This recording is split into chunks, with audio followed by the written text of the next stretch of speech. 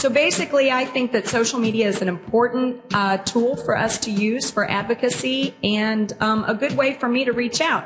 I live near a small town of 400. On my Twitter page, it says that for my profile that I live 30 miles from a Walmart. That amazes some people. I don't actually say the name of my town online, but 30 miles from a Walmart just blows them away.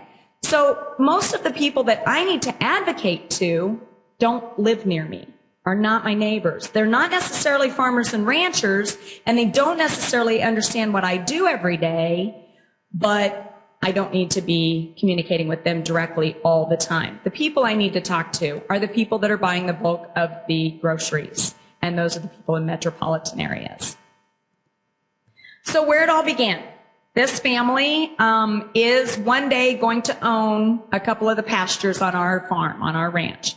This is the young lady holding the kids. These are all their children. They live in Denver. The young lady is my husband's cousin's daughter. Long story, kind of confusing, but my husband's grandfather, when he owned land, he owned an awful lot of land in our county, and when he passed away, left it in trust to all of the cousins. So the neat thing about that is it kept it in the family. They didn't have to sell it in order to make taxes. It paid for my husband's college education, but we're the only ones still on the farm. This family then has moved away. My husband's cousin did grow up on the farm, but her daughter did not. They're raising their kids in Denver. Well, they like to come back and visit the farm, and they came back one summer a couple of years ago and spent a week with us, and we're serving up a big glass of milk for everybody because in my house we drink a lot of milk. There's 5 kids. Our biggest milk consumption week was 16 gallons in 1 week, these teenagers. So I buy a lot of milk. So I'm pouring out great big glasses of milk for all 4 of her kids as well as my 5. And she goes, "Oh, we don't drink supermarket milk." And I said, "What, Shannon, why? What's wrong with that?" She said, "Well, we only drink hormone-free milk." And I said, "Good, this is." So I thought at the time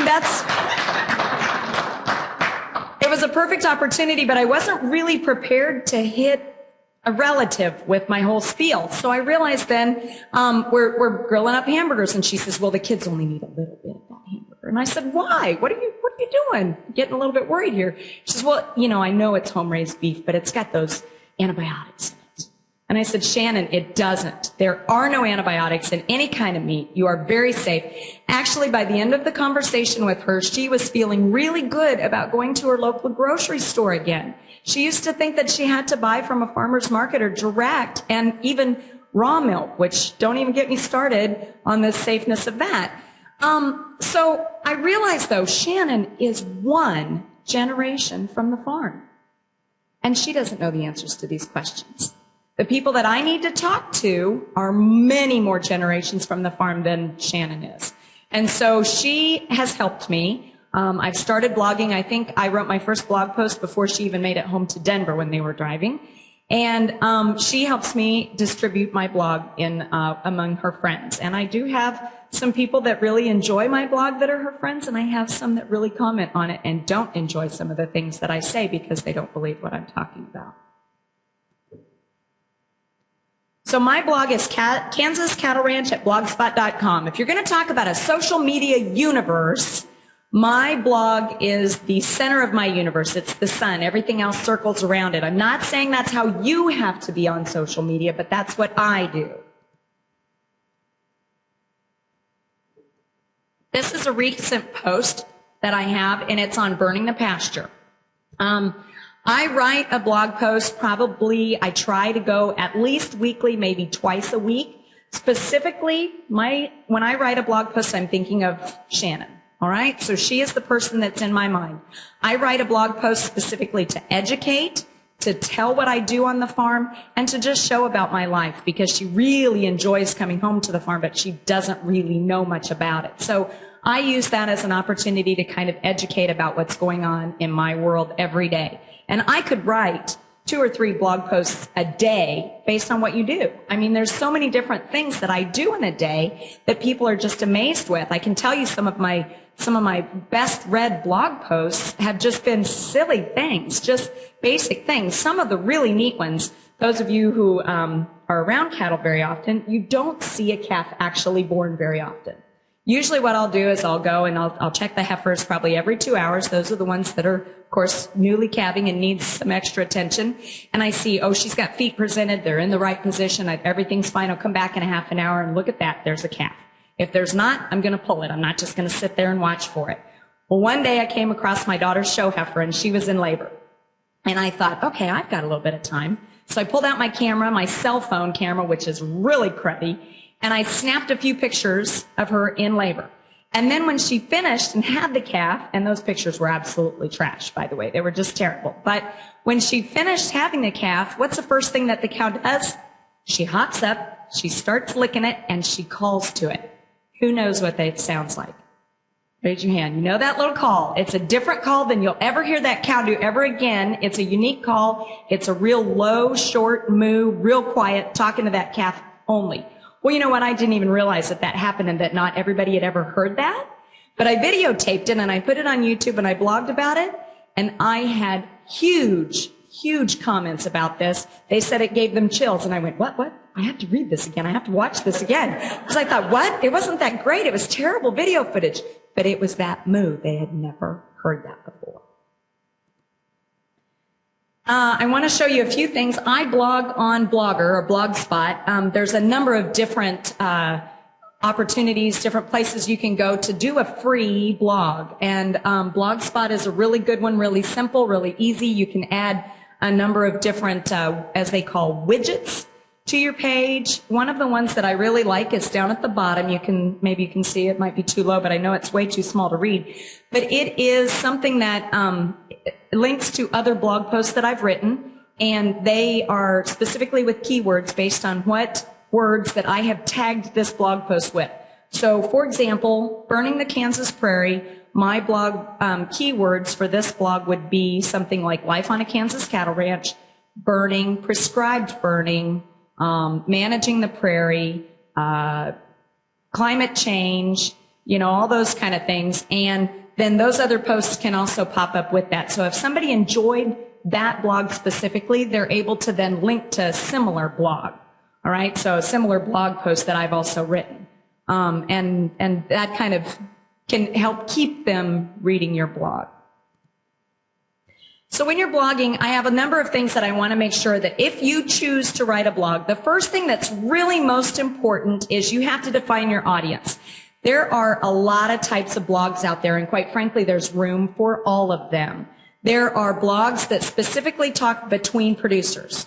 All right, so there are some that absolutely get the information out that I utilize, that I watch those blogs pretty frequently, that will tell you the articles that need to be commented on, specifically alerting me to different things that are going on in the industry that I need to be aware of, and that's specifically one type of blog.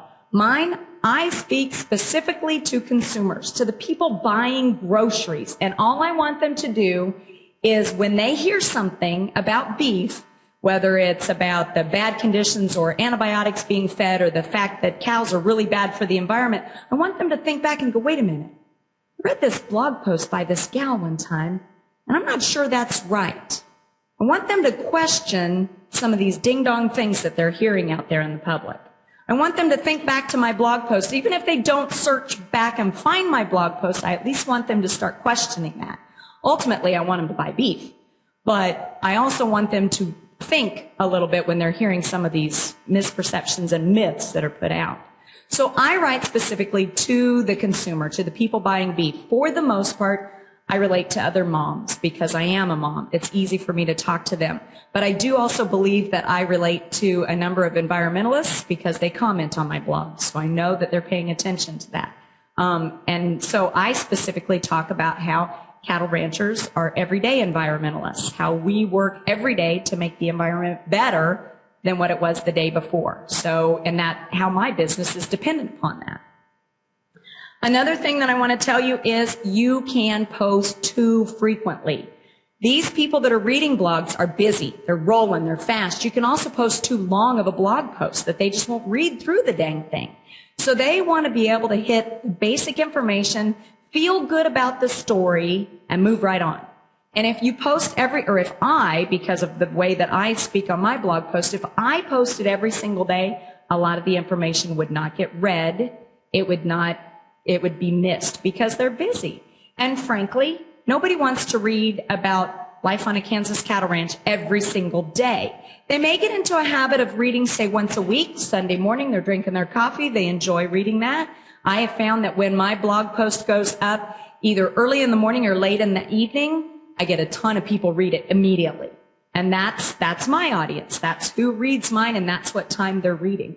I have also found that the end of the week, mine get read faster than if I post them the beginning of the week. So there's kind of a cyclical nature or kind of a pattern. But I do believe that you can actually post too much on my kind of a blog. I think that photos are really, really key. And the other thing that I want to tell you, though, is I just told you about some cruddy video footage that I put. You don't have to have great video footage. Since then, I've bought a pretty good camera, and I'm really enjoying playing around with good photos. But and I've done some neat video with some flip cameras, actually true video cameras, instead of just my cell phone. And I've had some really good comments on that. But none more commented on than that grainy, cruddy, difficult to see picture of that heifer who had just calved. So Wordless Wednesday is kind of a thing that happens out there, and a lot of blogs post, and they're just photos on Wednesday. If you post a blog post on Wednesday and you call it a Wordless Wednesday, you can search for that, and your information can be out there really easily because everybody's posting a Wordless Wednesday, and there's specifically no words written. So if you don't like to write, there you have it. You can post photography blogs. I'll tell you a story about a Facebook or two that is just absolutely spectacular with photography, and that's all he does, and that's how he advocates. The other thing I want to tell you, though, is be open to criticism. If you're willing to blog and you're willing to put yourself out there, you're going to get negative comments.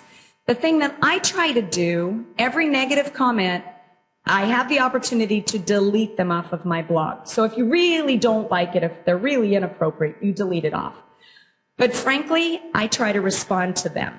I had a comment on the pasture burning blog, and this one kind of surprised me because I feel so good about burning the pasture, and we've really worked hard to create a voluntary smoke management plan in Kansas. So you can imagine that thousands of acres of the prairie burns every day in April on good days. You can imagine that Topeka, Kansas City, and Wichita probably deal with a lot of smoke on those days. That is a problem, and we realize that's a problem. It doesn't just go within Kansas. That smoke has been proven to travel to St. Louis, to Omaha, Nebraska. It really is a concern because it affects the ozone layers and some issues with legislation with that. But we have instituted this smoke management plan so that when you are making a decision, one of the new things is you look at the smoke management plan to decide how much you're going to burn, where you're going to burn, maybe even decide the day. So I was ready for those questions. I thought that people were going to hit me up with that. No. The question I had, or the comment that I had, was, you think this is so wonderful. What about all the livestock, or all of the wildlife you just killed? Oh. Well, okay, so we were burning the next week after that, and I specifically went in front of the head fire. The way you light a fire is you backfire, and it could be a couple thousand acres, could be 50 acres.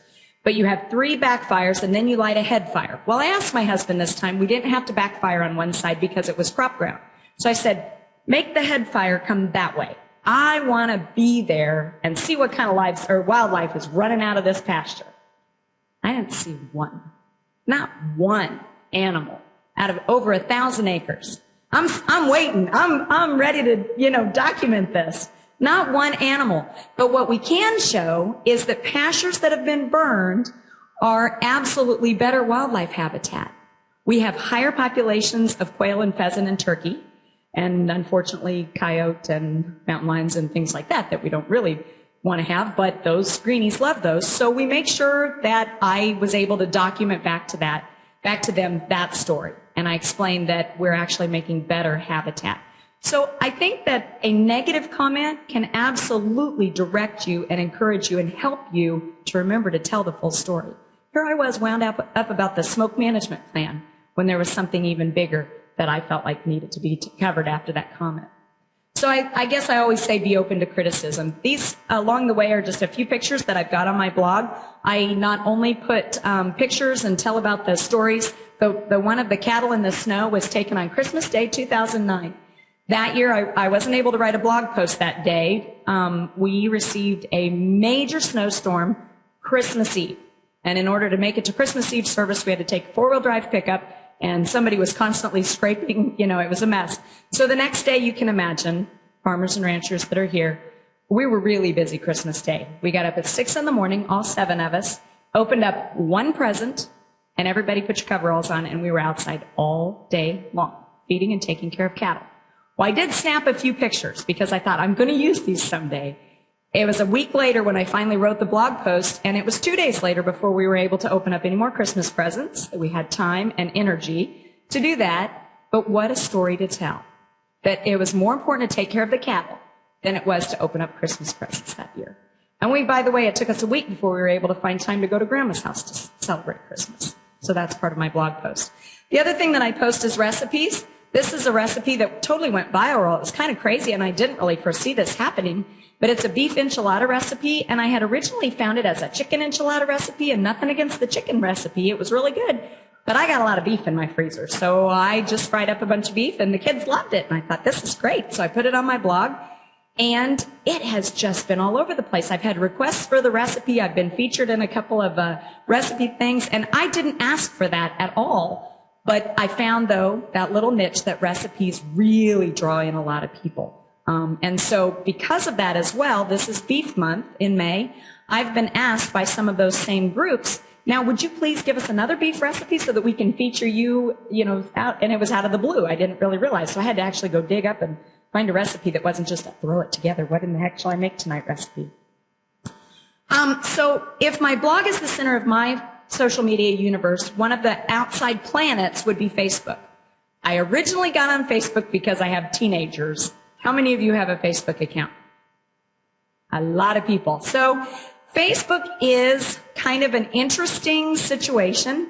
As I was watching what my kids were posting on Facebook, and I'm explaining to them that you can't put stupid things on Facebook because when we hire a hired man, we want to see his Facebook page.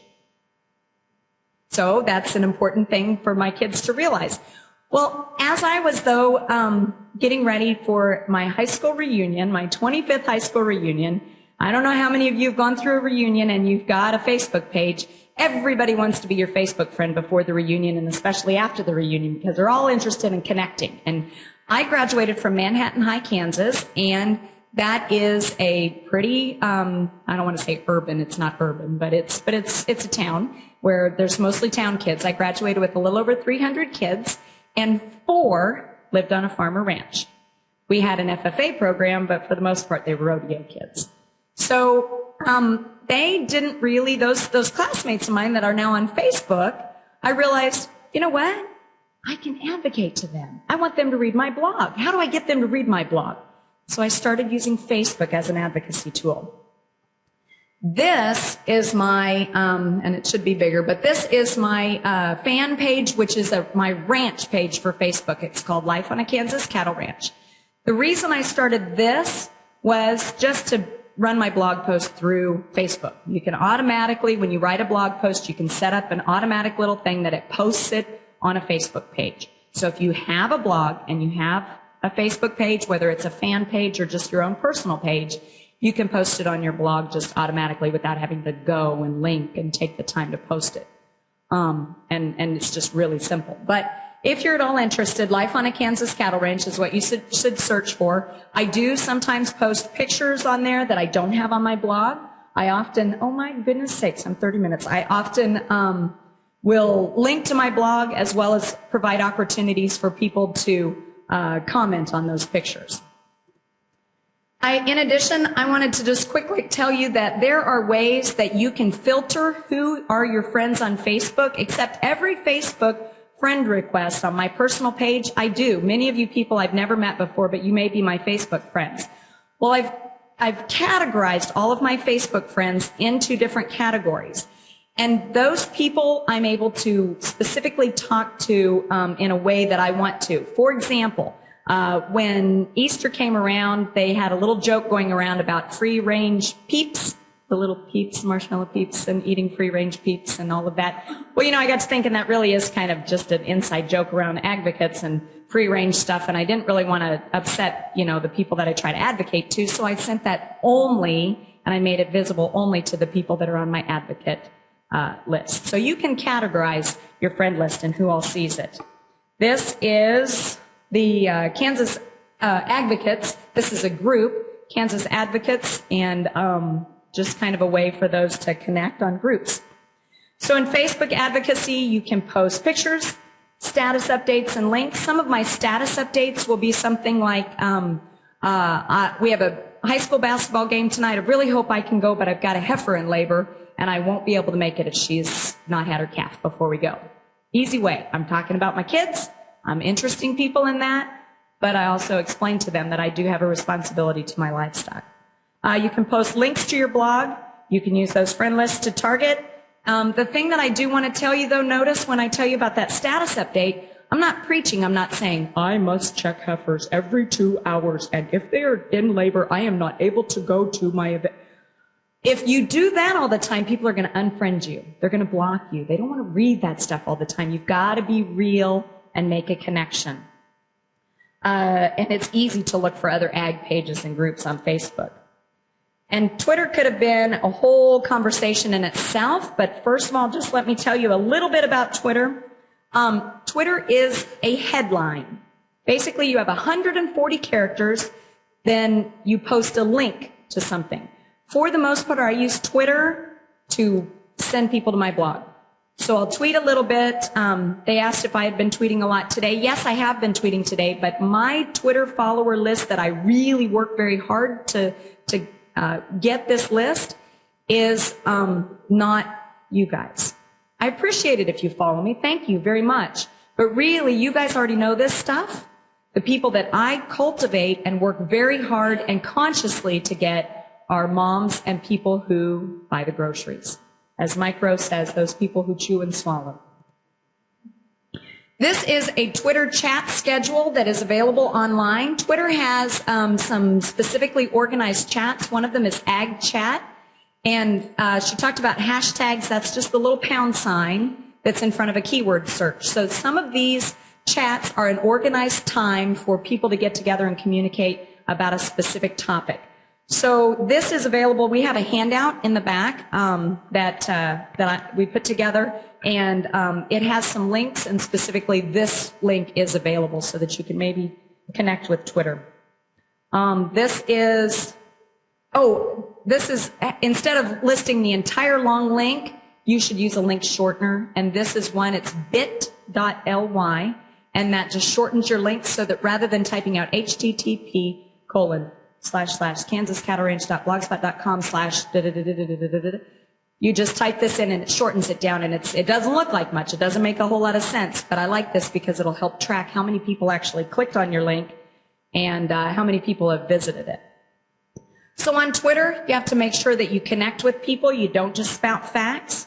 You want to search specifically for the right people to follow. For example, use a Twitter chat to try to connect with those people. I've targeted the mom chats and specifically worked very hard to communicate with some of those people. I also follow a couple of techie chats, and I've really connected with some neat people in that situation as well. So I actively cultivate my followers. God gave us 2 ears and 1 mouth for a reason. We should listen more than we talk, and Twitter is exactly the same way.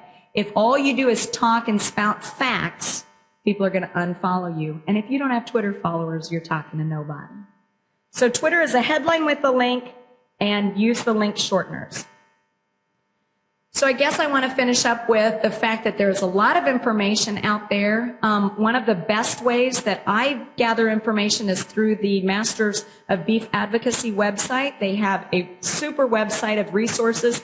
I have one specific I was actually interviewed and put on a it's kitchenstewardship.com website and talking about small farms and ranches. But guess what? I'm not a small farm and ranch in their mind.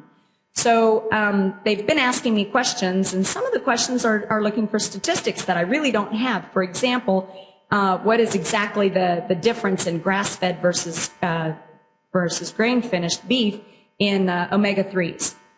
Okay, wait a minute. I know I have that information. The place that I'm able to find a lot of that information is on the Masters of Beef Advocacy website. And that is an awesome beef checkoff funded program that just kind of gives you the information that you need in order to be able to advocate, teaches you a little more about Twitter and Facebook and blogging, but specifically teaches you the statistics and how to find the information about all of these. Troy Hadrick, this quote is from him. He's a rock star in the advocacy movement. And he said in a Twitter chat, "My time online is as important to the future of my ranch as my time with the cows." I know that sounds totally wacky, but if we don't spend time online talking to people who don't live next door, then there won't be a farm for my kids to return to. So, and if we don't tell our story, someone else will. All the previous speakers have told you who's telling our story now. We've got to get out there and tell our story.